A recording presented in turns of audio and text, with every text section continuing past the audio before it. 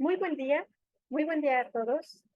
A nombre del CEBIER queremos dar las gracias por haberse tomado el tiempo para poderse conectar a este webinar que hemos titulado Aprendizaje autorregulado, cómo alcanzar la eficiencia, la máxima eficiencia y motivación del alumnado. En, en esta ocasión nos acompañan como ponentes el doctor Marcos Félix, coordinador de evaluación educativa en Ciencias de la Salud de Universidad Anáhuac, Campus México. También nos acompaña el doctor Alfredo Manzano, coordinador del programa académico de medicina de Universidad Anáhuac, Campus Querétaro. También nos acompaña mi compañera Mariana Meyer como moderadora. Ella es Product Market Manager para Elsevier. Bienvenidos. Una servidora también, Anaí Tapia. Soy Education Solutions Manager para Latinoamérica. Y bienvenidos nuevamente. Cedo la palabra a mi compañera Mariana Meyer. Hola a todos y a todas. Muchas gracias, Anaí, por la presentación. Gracias a todos y a todas por acompañarnos en este webinar. Saludos, buenas tardes. Qué bueno ver el chat ahí empezando, ¿no? Todos comentando. Sean muy bienvenidos, muy bienvenidas. Bueno, como ha dicho Anaí, empezamos que será más uno de nuestros diálogos docentes, es como llamamos este webinar, que es una iniciativa del programa del CEBIER Docencia, que busca crear un espacio abierto, dinámico, de encuentro, intercambio de ideas, de proyectos, de testimonios, que esperamos puedan colaborar, apoyar ustedes con la docencia en ciencias de la salud. Añadiremos en el chat el enlace a este programa, el CEBIER Docencia, si ustedes quieren conocer más sobre el programa, si quieren colaborar, escuchar otros diálogos como estos, ¿ok?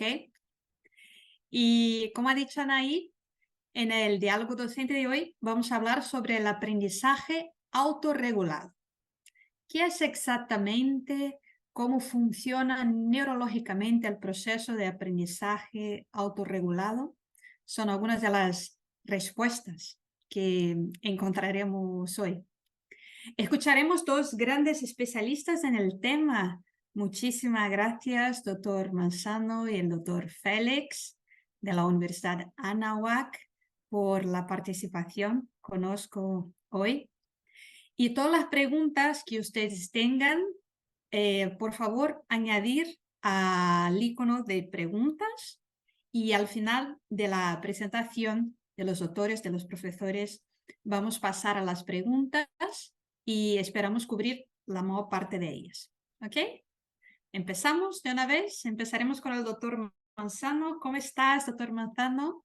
Muy bien, Buenas muchas gracias tardes. y gracias por la invitación. Buenas tardes a todos.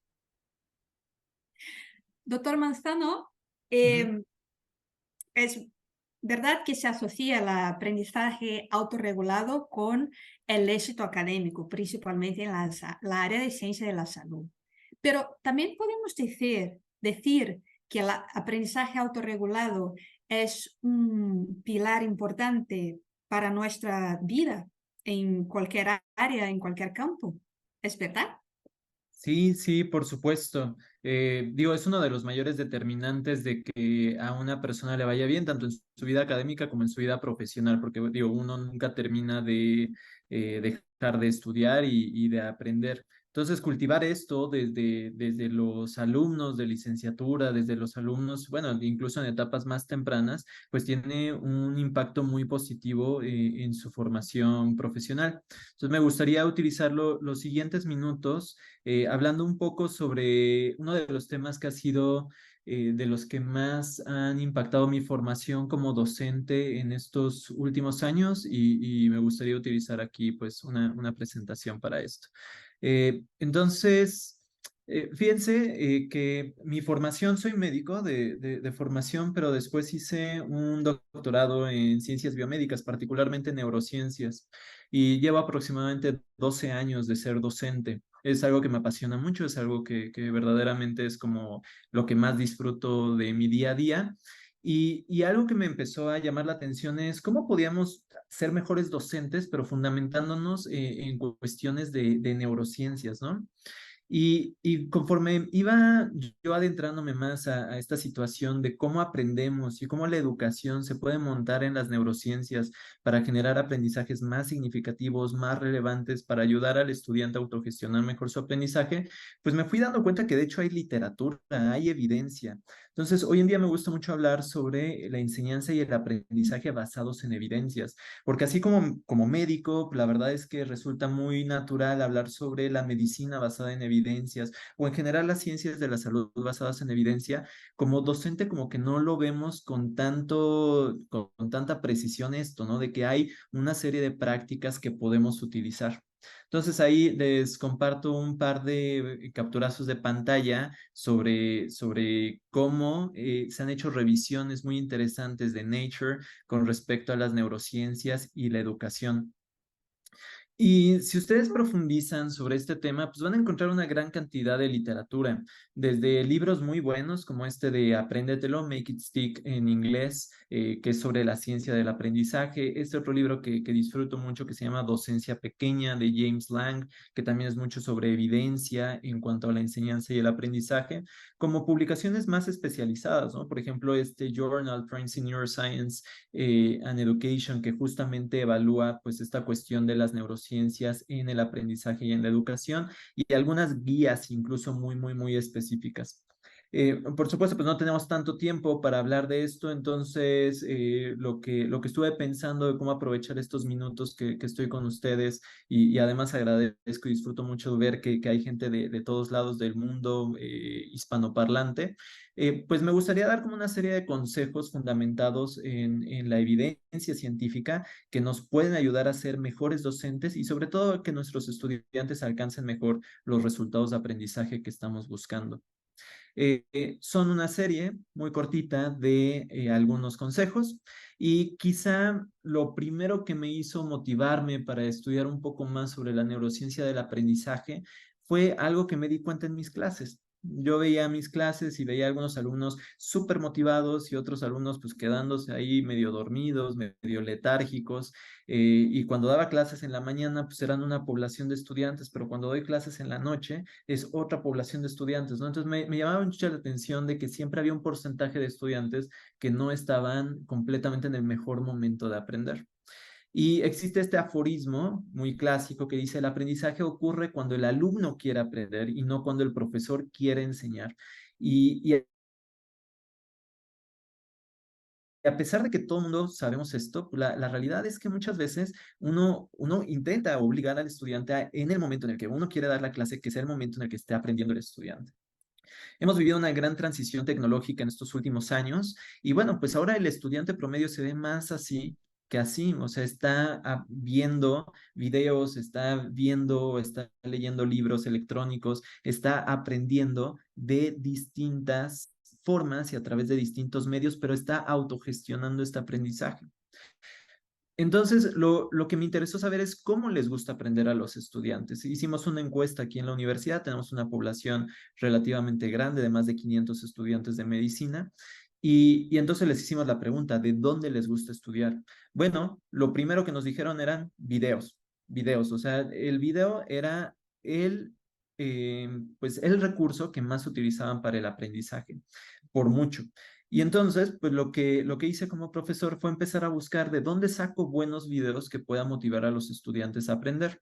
Por supuesto, en YouTube hay una gran cantidad de oferta de videos y hay distintas plataformas que nos dan esos videos, pero la cuestión es la calidad del material. O sea, ¿cómo puedo estar seguro que lo que estoy mostrando al estudiante es algo que está sustentado en evidencia y está sustentado en las mejores prácticas incluso del diseño multimedia?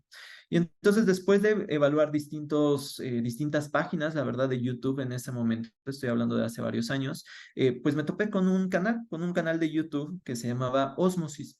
Me gustaron mucho los videos que tenían, descubrí que tenían además una plataforma, que tenían una app, y entonces pues ya como profesor compré la app y dije, pues a ver de qué va esta plataforma de Osmosis.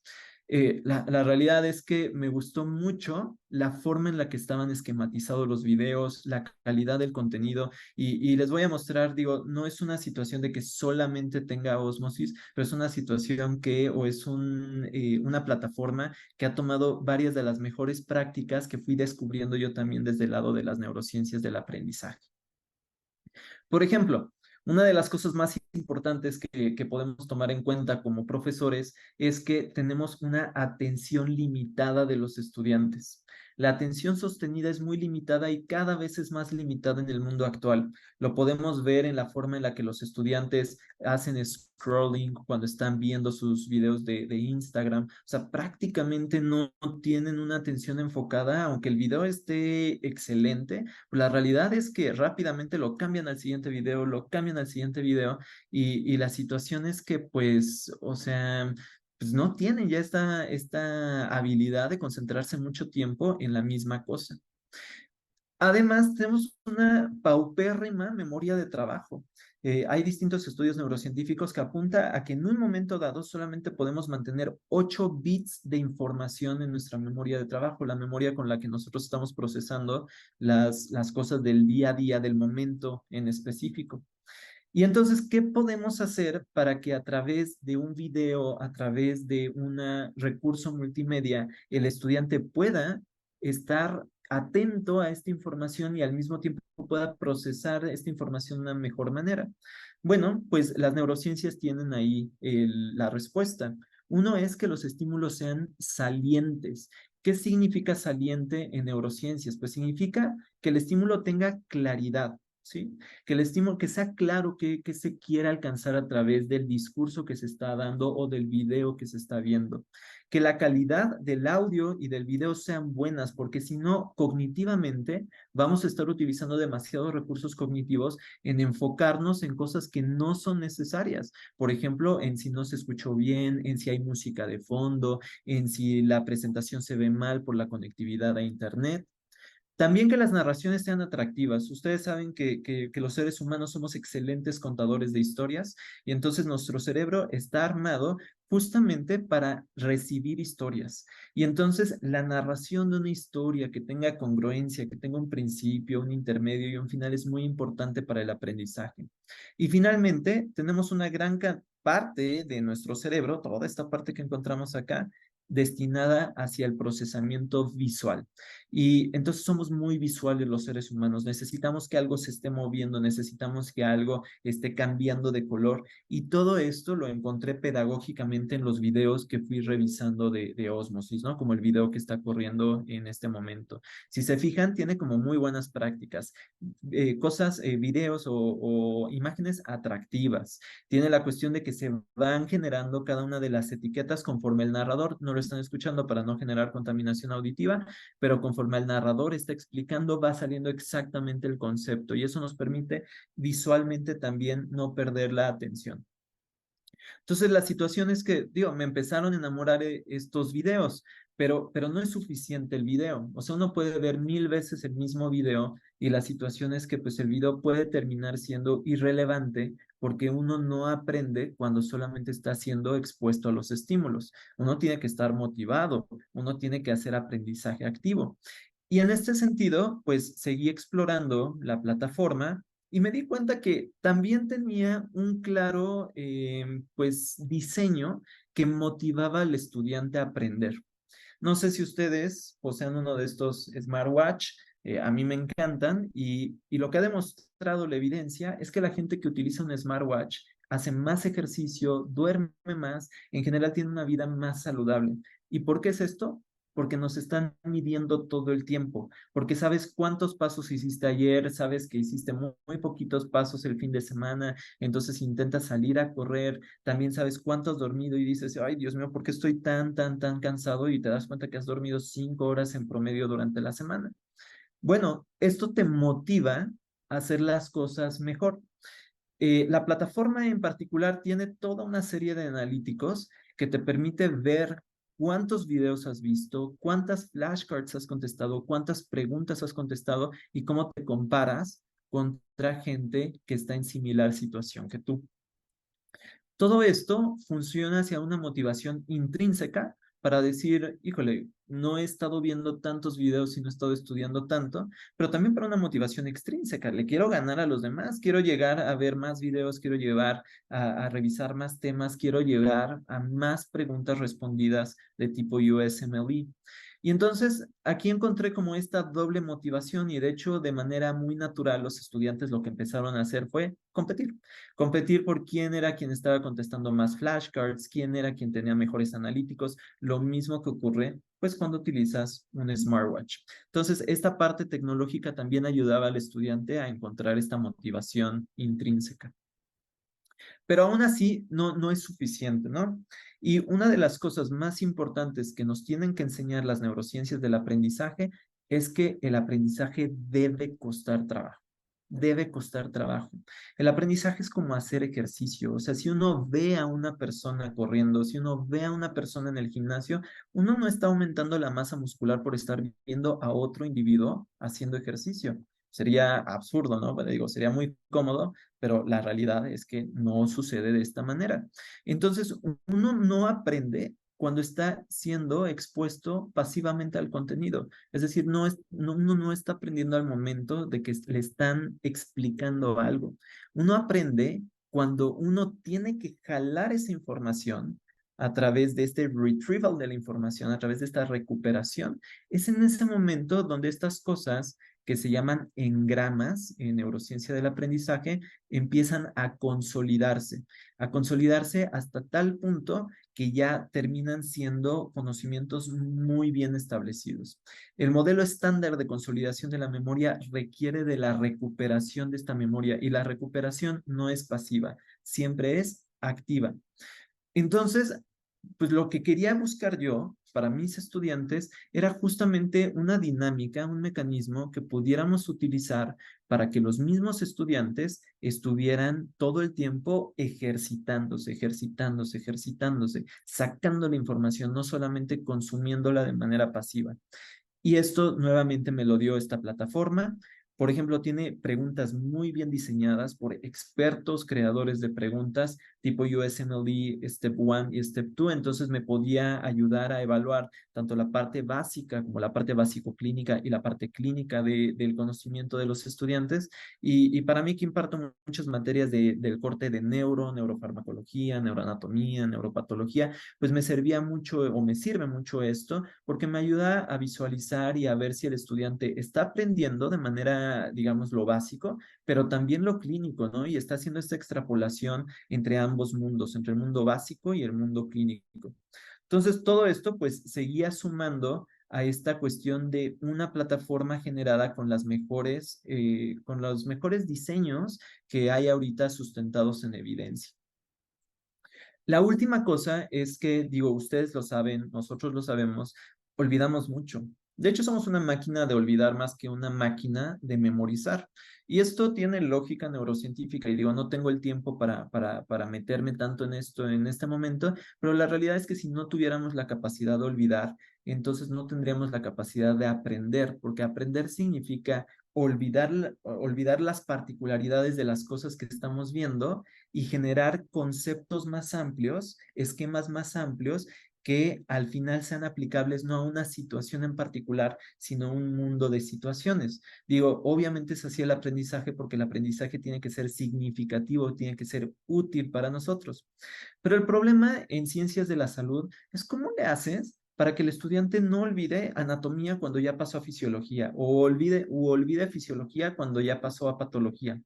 Y la cuestión aquí es que uno tiene que hacer una cosa que se llama space repetition, repetición espaciada. Esta repetición espaciada tiene el propósito de interrumpir esta curva del olvido. Esta curva del olvido es una curva muy pronunciada, es una curva que rápidamente lo que viste el día pasado ya se empieza a olvidar o ya prácticamente está olvidado al día siguiente, ¿no? Entonces, por ejemplo, si ustedes ahorita terminan esta sesión y dicen, mira, pues aprendí cosas nuevas, dentro de 3 días ya no se van a acordar de eso, si no lo hicieron activamente, ¿no? Si no dijeron, a ver, pero ¿qué aprendí durante la sesión de Elsevier? Pues aprendí lo de la repetición espaciada y lo del aprendizaje activo y lo del active recall. Entonces, todo esto es importante para que se logren consolidar estos conocimientos. Bueno, pues Osmosis tiene una serie de flashcards, tiene una serie de preguntas que siguen los principios pedagógicos de la repetición espaciada. Básicamente uno empieza a hacer flashcards y después de cierto tiempo te dice, oye, tienes que repetir estas flashcards y eso te mantiene como en este continuo de estarte entrenando. Y yo les digo a los estudiantes que es como un neurogimnasio, o sea, es como, así como te tomas muy en serio ir al gimnasio por las noches, pues también tómate en serio agarrar y 40 minutos de tu vida, de todos tus días, solamente dedicarte a repasar cosas del pasado, pero de manera activa. Y eso hace que se detengan estas curvas del olvido. Todo esto, digo, globalmente lo vi en una plataforma que de hecho no era una casualidad, o sea, no era como que yo estaba estudiando las cosas de neurociencias del aprendizaje y mira, oh, sorpresa, aparecían en esta plataforma. La gente que generó esta plataforma sabía muy bien lo que estaba haciendo y tan lo sabía que tienen cursos de lo que yo estaba buscando en la literatura y de repente me topé con que había videos, había lecturas, había series de cursos dirigidos a profesores justamente de lo que les estoy mencionando, de aprendizaje adaptativo, aprendizaje combinado, de distintas técnicas de memorización, de repetición espaciada. Todo esto, o sea, vamos, la plataforma está montada en la evidencia de qué es lo que funciona para el estudiante. Y digo, aquí para darle paso al doctor Marcos Félix, que les va a hablar de cómo él lo aplica ya dentro de un curso de ciencias clínicas, pues les podría decir que mi experiencia como usuario, como coordinador de carrera, es que es la única plataforma donde no tenemos que andar persiguiendo a los estudiantes de que se metan, de que la utilicen y así. Ellos naturalmente pues han visto que les es útil para sus asignaturas, que aprenden y que al mismo tiempo, o sea, que al mismo tiempo es atractiva, ¿no? O sea, es lo que están buscando ellos porque ya no tienen que recurrir a buscar en YouTube a ver si sí es confiable o no es confiable el que nos está dando la clase, sino directamente pueden irse a algo que ellos saben que está bien sustentado. Entonces, bueno, esa ha sido mi experiencia y eso es un poco sobre la neurociencia del aprendizaje. Digo, podría hablarles horas y horas de esto, pero entonces el doctor Marcos Félix posiblemente se enojaría porque le estaría quitando su tiempo. Entonces, pues, doctor Marcos Félix, todo tuya la presentación. Muchas gracias, doctor Manzano. La verdad es que siempre es halagador ser nombrado por ti, porque además tienes un amplio conocimiento en el contexto de la educación y de la profundización del pensamiento y sobre todo del análisis, no solamente de los datos, sino de las formas en que aprendemos. Y eso yo lo admiro profundamente. ¿Para qué estoy aquí? Para complementar un poco lo que el doctor Manzano nos ha compartido, ¿sí? Y él ya nos dijo algunas estrategias, pero sobre todo, ¿cómo podemos hacer para que al ser docentes o ser estudiantes incluso, tengamos un mejor rendimiento en lo que estamos aprendiendo? Yo estoy aquí para darle un poco de cabida al para qué o por qué hacerlo. El doctor Manzano tajantemente nos dijo cómo hacerlo, cómo mejorarlo incluso, pero ahora la idea es ¿por qué? ¿Por qué aprendemos? Entonces, antes de explicarles el por qué o para qué, les tendría que decir para quién. ¿Para quién enseñamos y para quién aprendemos? Y ahí hay solo dos respuestas: alumnos de un lado y pacientes del otro lado. Es cierto que yo siempre les voy a hablar del encuadre en la competencia profesional. Una competencia profesional es aprender. Dentro de la ACGME, que son de las competencias profesionales que más he estudiado, ¿sí? El conocimiento médico, el medical knowledge, es lo que nos permite saber de las enfermedades, pero sobre todo conocer a los pacientes. Entonces, ahí se concentrarían pues todo lo que hacemos en la taxonomía, en la pedagogía, en el diseño instruccional, en cómo el conocimiento se profundiza en cada uno de nosotros. Hay otras competencias de las cuales tenemos que hacer esta mágica y artística traducción de lo que el alumno está aprendiendo, de lo que el alumno está haciendo, ¿sí? Y cómo lo puede aterrizar no solamente en un paciente, sino en un contexto establecido.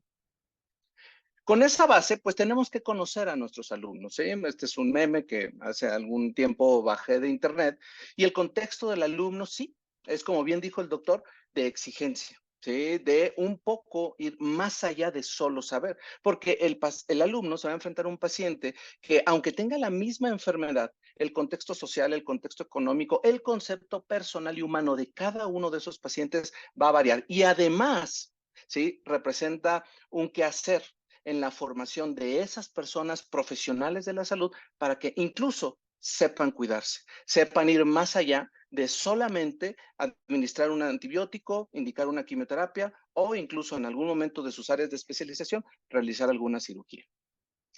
¿Y esto dónde lo podemos ver? Pues de entrada hay que siempre contextualizar al macro. El macro, y hablando del área en la que ejercito mi práctica profesional, que es el cáncer pediátrico, pues tenemos que hablar de lo que pasa en el mundo para saber comparar lo que pasa epidemiológica, estadística e incluso económicamente. En esta primera imagen les muestro que en el mundo, más o menos cada año, desafortunadamente van a enfermar unas 20 millones de personas de cáncer. De esas personas se calcula que pues niños serán tal vez entre 250,000, 350,000 casos. No hay una estadística muy clara porque no hay países que contabilicen sus casos de cáncer pediátrico tan profundamente como otros, ¿sí? En un mundo donde hay muchos pacientes con cáncer, adultos y niños, que tienen una alta mortalidad por muchos factores, no solamente los propios de la patología, sino el contexto económico, esquemas de quimioterapia completo, acceso a servicios quirúrgicos o de radioterapia accesibles y completos, pues tenemos que saber qué pasa a largo plazo, no solamente con los pacientes que tienen una defunción, sino con los pacientes que se curan de sus cánceres. Entonces, para eso nos sirven los datos. Los datos nos hablan de la incidencia, la sobrevida, de qué pasa con un paciente que se cura, qué pasa con los pacientes que no se curan, qué factores de riesgo, qué variables, y para eso hay muchas herramientas de las cuales podemos echar mano de una forma práctica, de una forma sencilla, en la cual el alumno se siente inspirado de entrada en este macro, en este mundo lleno de números. ¿Para qué sirven los números? ¿Cómo los interpreto? Incluso cómo hago una buena lectura de un artículo. Si enseñamos al alumno a leer bien un artículo, a profundizar en él, incluso a que entienda por qué los números importan, pues seguramente seguirá leyendo. Y hay tantas herramientas en Osmosis que nos pueden ayudar a que el alumno pueda profundizar con ejemplos claros de la vida real, de incluso un artículo que ustedes mismos hayan publicado en su práctica profesional, o aquellos alumnos que tienen la idea de ser investigadores, como el doctor Manzano, pues que obviamente, ¿sí?, tengan este contexto claro y preciso desde puntos básicos, cómo se comete un error, cómo se calcula una muestra, cómo se interpreta un resultado. Desde ese macro se puede enseñar. Pero ahora vayamos al no tan macro, vayamos a la persona, a lo individual. Imaginen un paciente de 3 años, masculino, ingresa al servicio de emergencias por palidez, astenia, dinamia y petequias en múltiples partes del cuerpo. Presión arterial 80-60, 155 latidos por minuto, con una frecuencia respiratoria de 36 por minuto, 35.5 grados centígrados, adenopatías múltiples de más de 3 centímetros y hepatosplenomegalia palpable. Algunos de ustedes ya tendrán algunas consideraciones. Si no promovemos el aprendizaje dirigido al significado de por qué, para qué y sobre todo para quién estamos aprendiendo y enseñando, el alumno lo va a perder muy pronto. Esta memoria de trabajo que comentaba el doctor es: mantengo datos en mi cabeza que me sirvan para algo, pero sobre todo para alguien. En este contexto tenemos a este paciente. Sí, este paciente, pues ustedes alcanzan a ver la palidez que muestro ahí en el comparativo con la mano, y esta es su citometría hemática, la que muestro aquí sobre el lado derecho de la pantalla. Podemos hacer un conteo de 254,800 células circulando en sangre periférica. Algunas de ustedes ya podrán decirme: doctor, ese paciente tiene hiperleucocitosis, que es un síndrome de hiperviscosidad. Muy bien. Vean la predominancia de linfocitos. Muy probablemente, porque no tenemos el aspirado de médula ósea, digo, yo ya lo tengo en este momento, pero solo en la citometría podemos ver un predominante número de linfocitos al 97%, y vemos un 2 de hemoglobina, 2.5, con un hematócrito de 9.7. Y abajo, plaquetas de 15,000. Una citometría hemática con un paciente específico en un contexto clínico. ¿Hacia dónde nos tendría que dirigir eso? ¿Qué preguntas tendría que hacerse el alumno para poder abordar un caso así? Por eso, en esta imagen de arriba, en esta pantalla, la pregunta es: ¿qué deberíamos saber o qué deberíamos enseñar para que nosotros como médicos o nuestros alumnos como futuros médicos merezcan estar frente a un paciente? ¿Qué tendrían que saber de sangre, en términos generales, de las células, del movimiento, de fisiología celular? ¿Qué tendrían que saber del abordaje de pancitopenia? ¿Cómo leer una citometría hemática? ¿Cómo se aborda el sangrado activo en un paciente, micro o macro, tiempos de coagulación, plaquetas? ¿Qué es el cáncer? ¿Cómo se maneja?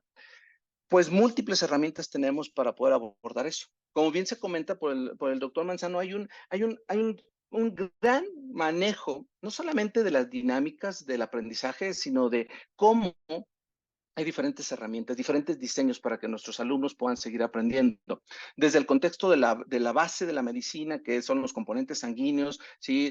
Cómo esos componentes sanguíneos vienen de un proceso embrionario, cómo esos componentes sanguíneos maduran, y luego podemos ver cómo hay interacción con otros factores, como por ejemplo la coagulación, y del lado derecho pongo ejemplos de abordaje de leucemia, abordaje de linfoma, que en 5, 10, 20 minutos un alumno podría repasar y que fuera el disparador, porque obviamente parte de enseñarle al alumno es que una cosa es lo que vemos en instrumentos que abren la puerta al aprendizaje, al conocimiento, y luego cómo deberían de profundizar en el libro de texto, cómo deben de profundizar en el artículo. Es parte de un contexto. Entonces, vean cómo para mí la principal motivación del conocimiento, ¿sí? Es de que se quede en nosotros, que lo podamos aprender, pero obviamente ese aprendizaje debe llevar un motivo y ese motivo tienen que ser los pacientes. Vemos este caso de un paciente con una distensión abdominal. Muy probablemente ya pueden percibir en este paciente que tiene una masa abdominal evidente, sobre todo en el hemiabdomen del lado derecho. Este es su estudio tomográfico. Podemos ver cómo los riñones en esta tomografía de corte axial contrastada, porque se visualiza perfectamente el área de los riñones, ¿sí? Está incluso uno de ellos comprimido por la masa tumoral que está en el hemiabdomen del lado derecho. Este paciente está padeciendo desafortunadamente un hepatoblastoma. ¿Qué tendríamos que saber de exploración abdominal? ¿Qué tendríamos que saber del hígado y su desarrollo? ¿Qué tendríamos que saber de hepatoblastoma como tumor para que este paciente tuviera un buen abordaje por uno de nuestros estudiantes o nosotros, al estar frente al paciente, pudiéramos darle un contexto clínico más profundo? Esta podría ser una lesión, ¿sí? En la planta del pie de un paciente que en México, como en otras partes del mundo, hay manejos empíricos. Este paciente tuvo un montón de manejo empírico en esto que denominaban de múltiples formas, desde infecciones, desde brujería. Este paciente tuvo meses de manejo y pues se pueden ver algunos estragos en la piel porque tuvo exposición a muchas fórmulas caseras para curarle esto que tenía en el pie, pero nadie, ni el médico de primer contacto, vio la importancia de haberle explorado todo el cuerpo. Aquí podemos visualizar una metástasis que hizo ese rhabdomiosarcoma que tenía en la planta del pie. Esta es una metástasis inguinal y de este lado les puedo poner la imagen en la cual hay una hidronefrosis bilateral secundaria a la masa tumoral en piso pélvico que impide el drenaje correcto de la orina. Anatomía, bioquímica, abordaje semiológico, datos del laboratorio, interpretaciones radiológicas. Regreso al mismo contexto. Los pacientes son el motivo. ¿Qué necesitamos saber? ¿Qué necesitamos enseñar para que nuestros alumnos estén frente a estos pacientes? La motivación es la salud del paciente en el contexto del paciente para esa persona en particular. El último caso clínico que les presento es de este pacientito, el cual es evidente que tiene una alteración en el hemicuello del lado izquierdo, una linfadenopatía. Muy bien. ¿Cómo se aborda una linfadenopatía? ¿Cuándo estaría diagnosticada una radiografía? ¿Por qué es importante una radiografía? No necesitamos ir muy lejos. Esta tomografía muestra no solamente la actividad en el cuello, sino también la actividad mediastinal que puede estar dando compromiso a nivel cardíaco. ¿Qué deberíamos de saber de manejo de bomba, falla de bomba, insuficiencia cardíaca por compresión mediastinal, lisis tumoral, podría haber dificultad respiratoria, dinámica, interpretación de gases? Repito, o sea, el contexto y la motivación siempre se dan a nuestros pacientes y tenemos que correr para que ellos alcancen este conocimiento. De estos casos clínicos podría derivar estas preguntas. ¿Cáncer en niños? ¿Qué hay que saber de eso, epidemiológicamente hablando? ¿En qué contexto? ¿Cómo se abordan diferentes tumores en pediatría y en adultos, por supuesto? Y no solamente estamos hablando de cáncer, cualquier patología cabe en estos ejemplos. Datos clínicos pivote, diagnósticos estándar, cómo se interpretan esas pruebas de laboratorio o esos mecanismos paraclínicos para abordar a nuestros pacientes. Y al final, ¿qué principios de manejos clínicos o quirúrgicos nuestros alumnos deberían de conocer desde la medicina de primer contacto? Porque muchos de nosotros damos, sí, clases en pregrado, pero también muchos de nosotros damos clases en posgrado. ¿Qué deberían seguir aprendiendo en esa residencia médica, en esa maestría, en ese doctorado, que le ayude no solo al contexto clínico, sino al contexto administrativo, al contexto educativo, al contexto de la investigación farmacológica o investigación básica, para que esa enfermedad en esos pacientes tenga un mejor pronóstico?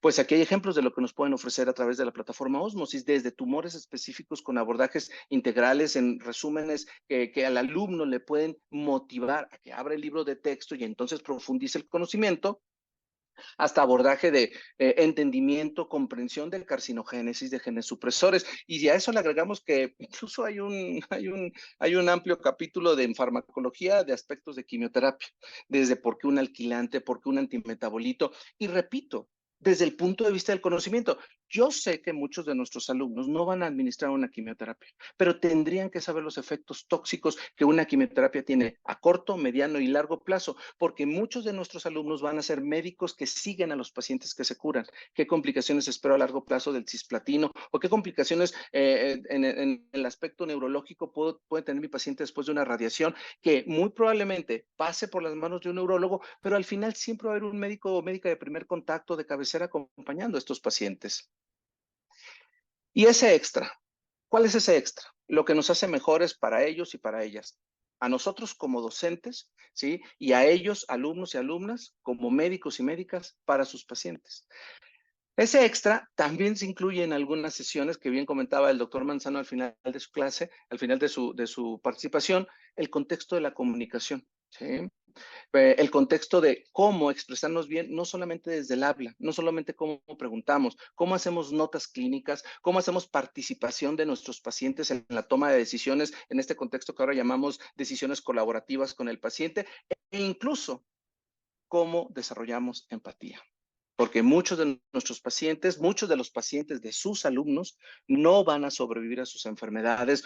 Muchas veces las enfermedades solo se van a controlar y también deberán estar preparados para ese acompañamiento, porque al final la motivación más importante de aprender ciencias de la salud, de aprender medicina, de aprender cualquier área que sea de acompañamiento en las personas, son las personas.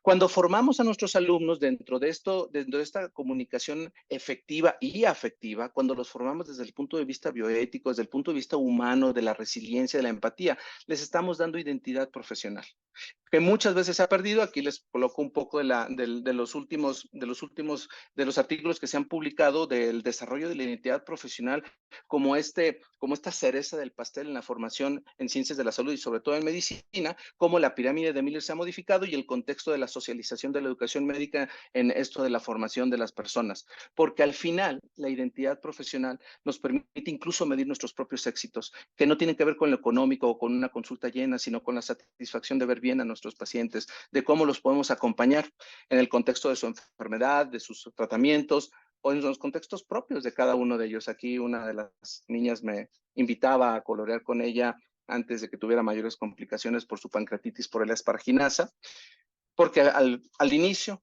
en medio y al final, educarnos, aprender, enseñar a los alumnos a que esta educación debe ser continua, que este aprendizaje debe ser a lo largo del tiempo, pues es para eso, para servir más y servir mejor a los que serán sus pacientes. Gracias. Excelente, doctor Félix, muy emocionante, muy emocionado. Doctor Manzano, muchas gracias por sus presentaciones. Estaba aquí pensando, ¿no? Lo cuánto quería guardar estas informaciones y me iba olvidando, ¿no? Y en la gráfica, que ya ha pasado 20 minutos, ya he olvidado un 20%, ¿no? Pero súper interesante. Me ha llamado mucha atención, doctor Manzano, cuando hablas de la importancia de estar activos en el momento del aprendizaje, ¿no? Hacer preguntas, mencionas flashcards, mencionas preguntas, trabajos, o sea, de esta activación que es fundamental para aprendizaje.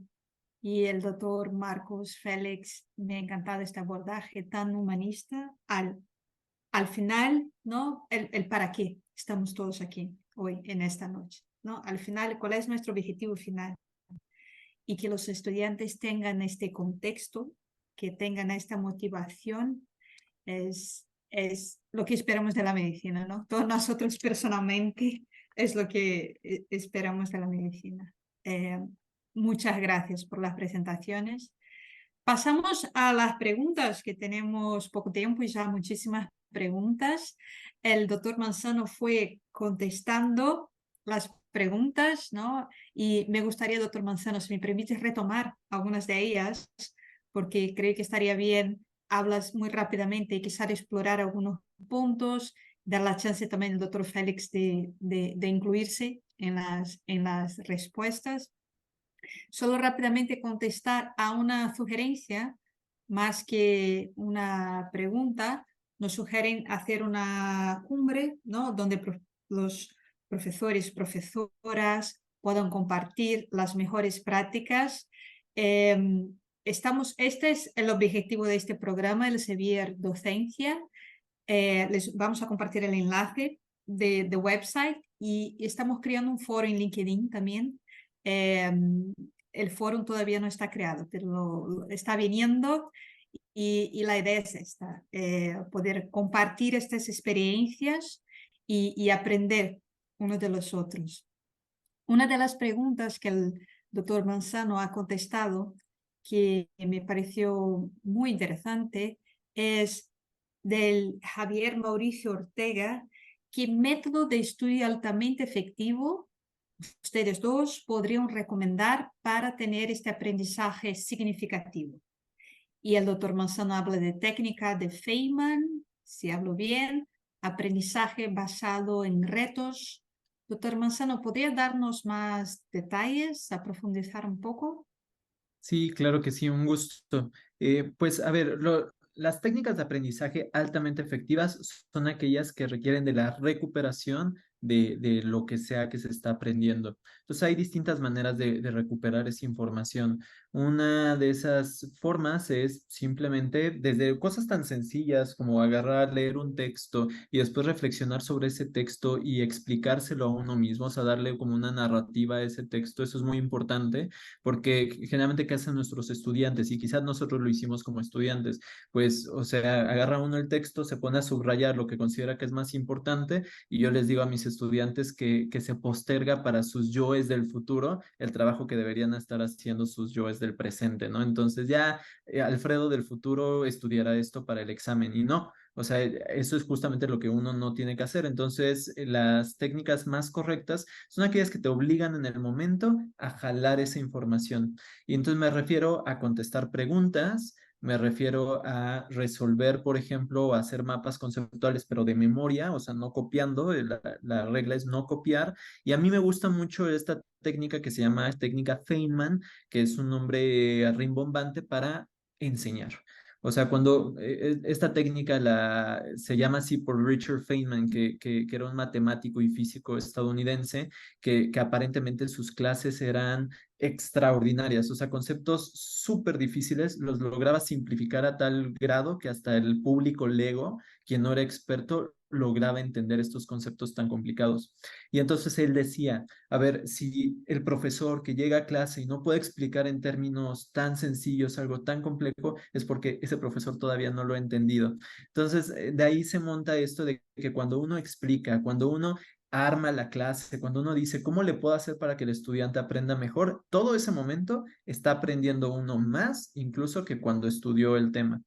Pues podemos aplicar eso con nuestros estudiantes. O sea, el estudiante puede terminar siendo un asesor de sí mismo o de los otros y generar este aprendizaje significativo. Y bueno, el aprendizaje basado en retos es justamente el aprendizaje donde uno pone un reto, uno pone una meta y uno tiene que hacer cosas y aprender cosas para alcanzar esta meta. Entonces, ¿qué puede ser más significativo que lo que dice el doctor Marcos Félix, ¿no? Tienes un paciente con una posible leucemia linfoblástica aguda y entonces tienes que generar todo este conocimiento porque sabes que lo vas a necesitar para aplicar la mejor atención clínica a este paciente. Muchas gracias, doctor Manzano. Doctor Félix, ¿qué métodos nos recomendaría? Muchos datos, ¿no? Datos, datos, datos.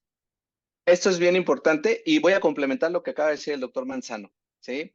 El reto clínico también depende de uno de nosotros como docentes. Alguien preguntaba ahí, ¿cómo hacer para que el alumno no se duerma en el aula? ¿Sí?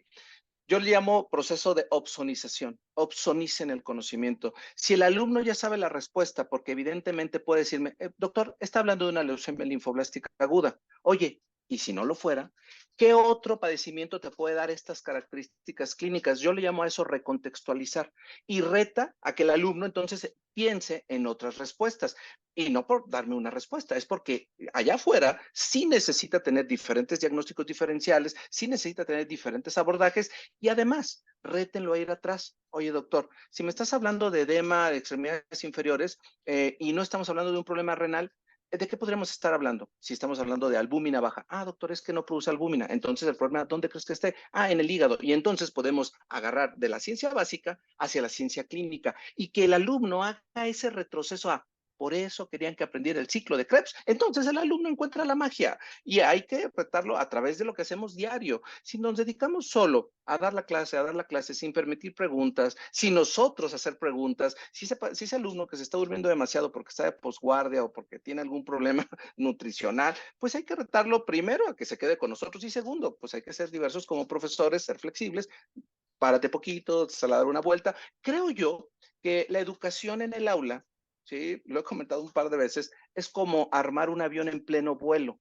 Muchas de las respuestas se dan en el aula.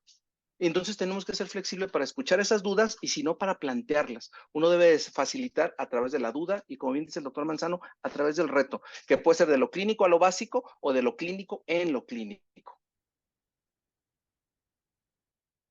Muchas gracias, doctor Marcos Félix. Este es un comentario que escuchamos mucho en el CEBIR. Mis alumnos no me contestan, ¿no? Cuando preguntamos a los profesores, las profesoras, sus retos, cuál es el mayor desafío de la docencia, este hablar, ¿no? Este engagement, como llamamos, ¿no? Principalmente en una clase digital, en un universo digital, cómo hago para ver cómo están aprendiendo, cómo hago para hacer un seguimiento, cómo hago para incentivar a los alumnos, ¿no?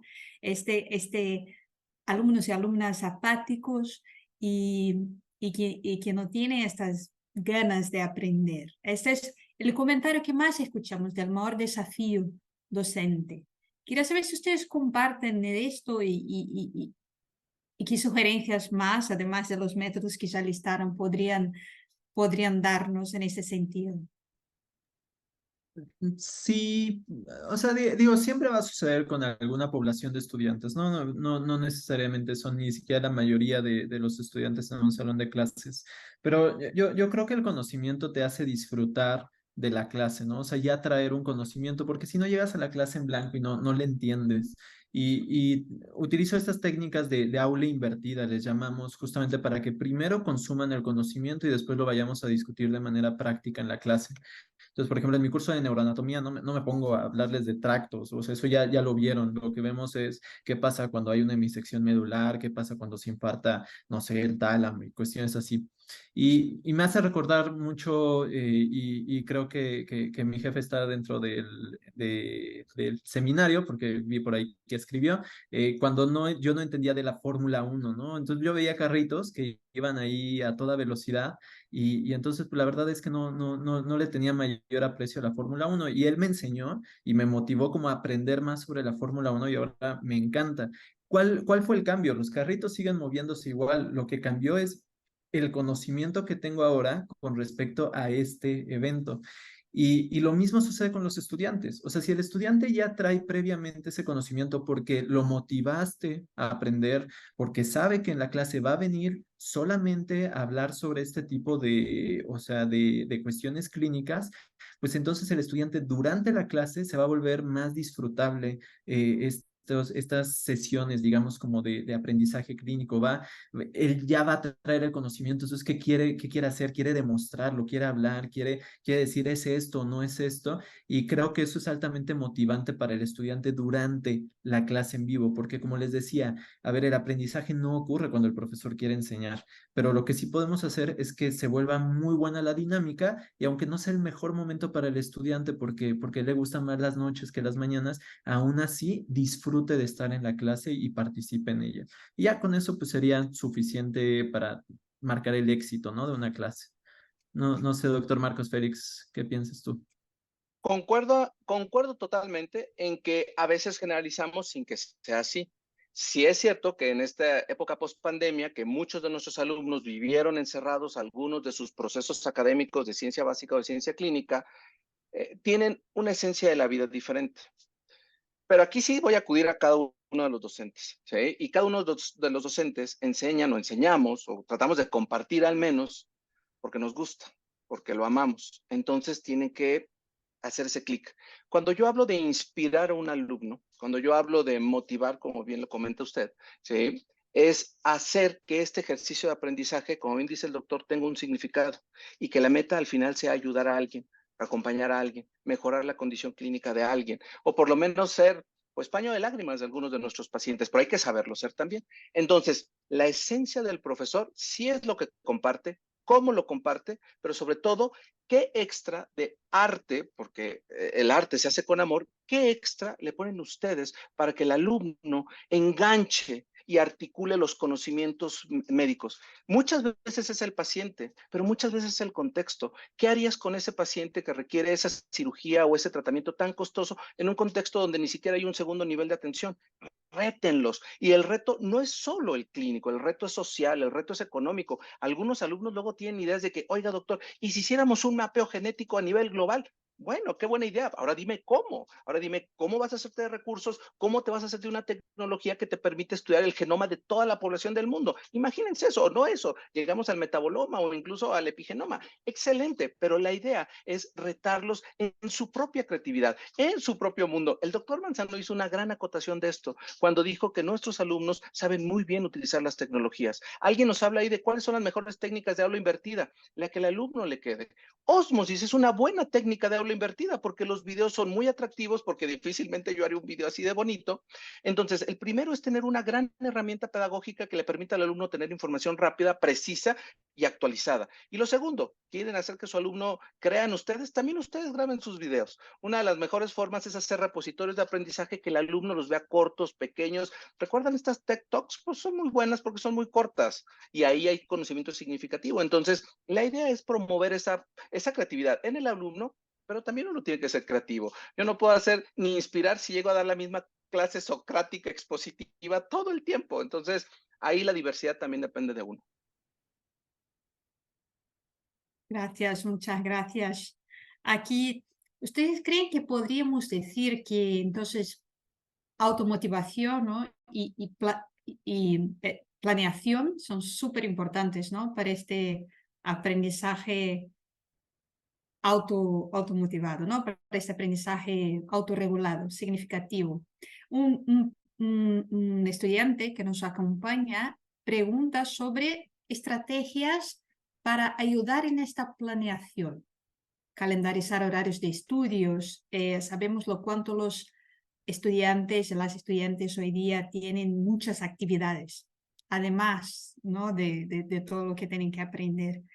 ¿Ustedes tienen alguna sugerencia en términos de planeación? Ya que hemos hablado bastante de automotivación. Bueno, hay las sugerencias globales que, digo, son técnicas de planeación que uno puede hacer. Yo creo que el mayor problema que he visto en mis estudiantes es que es esta parte metacognitiva de verdaderamente valorar cuánto tiempo se van a tardar de cada una de las cosas. O sea, las estimaciones a ojo de buen cubero, como decimos en México, o sea, aproximadamente, la realidad es que no suelen ser muy precisas. Entonces le dices al estudiante, oye, tienes que estudiar estos 4 temas para la próxima semana porque hay parcial, y dicen, pues sí, con 6 horas de estudio lo hago bien. Y esas 6 horas terminaron siendo 18 o 22 horas. Y la situación es, y yo siempre les invito a los estudiantes a literalmente contar el tiempo que se tardan en leer cada una de las páginas, en explicarse cada una de esas páginas, en resolver las tarjetas, y te va a salir un estimado, ¿no? Un estimado más realista, y vas a decir, no hacen falta 6 horas, necesito 25 horas. Y después a eso le sumas un 20% a ese estimado de tiempo, y entonces te sale que no eran 25 horas, que eran 33 horas. Y lo que tienes que hacer ahí es cómo diversificas esas 33 horas durante la semana para que realmente lo puedas lograr. Pero tendemos a sobreestimarnos, no solamente el estudiante, todos los seres humanos tendemos a sobreestimar qué tan eficientes, qué tan rápidos y qué tantas, y a subestimar cuántas interrupciones vamos a tener. Y digo, eso nos pasa hasta en el trabajo, ¿no? Entonces es una habilidad para toda la vida.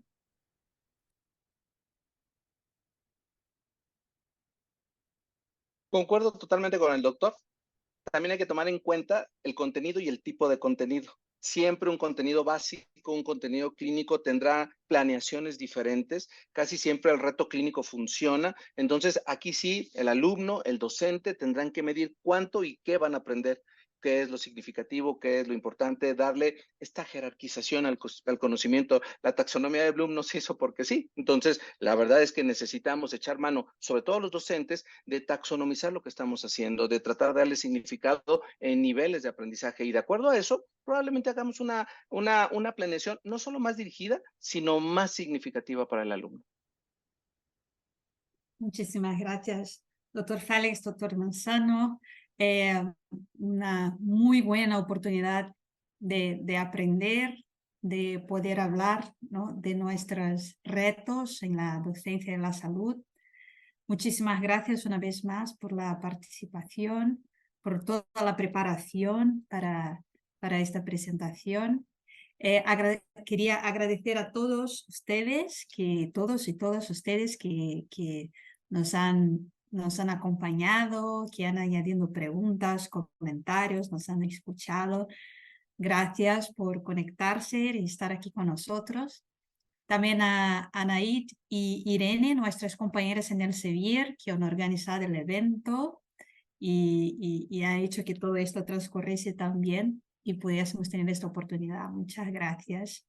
Decirles que en un par de días recibirán un correo con el vídeo editado, ¿no?, con la grabación de este diálogo, y que también recibirán este correo el certificado de participación, caso les sea útil a alguno de ustedes. También ha añadido al chat el correo de Anaid. Anaid es nuestra compañera especialista en la herramienta de Osmosis que hemos hablado. Déjame compartir pantalla que tiene el correo de Anaid. Así, si ustedes necesitan, si tienen cualquier duda, pregunta, habían preguntas sobre otras herramientas del Sevier, en Step 1, en Step 2, tenemos otras herramientas también. Y hemos hablado de Osmosis, que es la herramienta utilizada por el doctor Manzano, el doctor Félix. Entonces, cualquier duda que tengan, pueden escribir a Anaid, con placer les contestará sus dudas sobre las plataformas del Sevier. Una vez más, muchas gracias y esperamos ustedes en el próximo diálogo del Sevier Docencia. Hasta la próxima.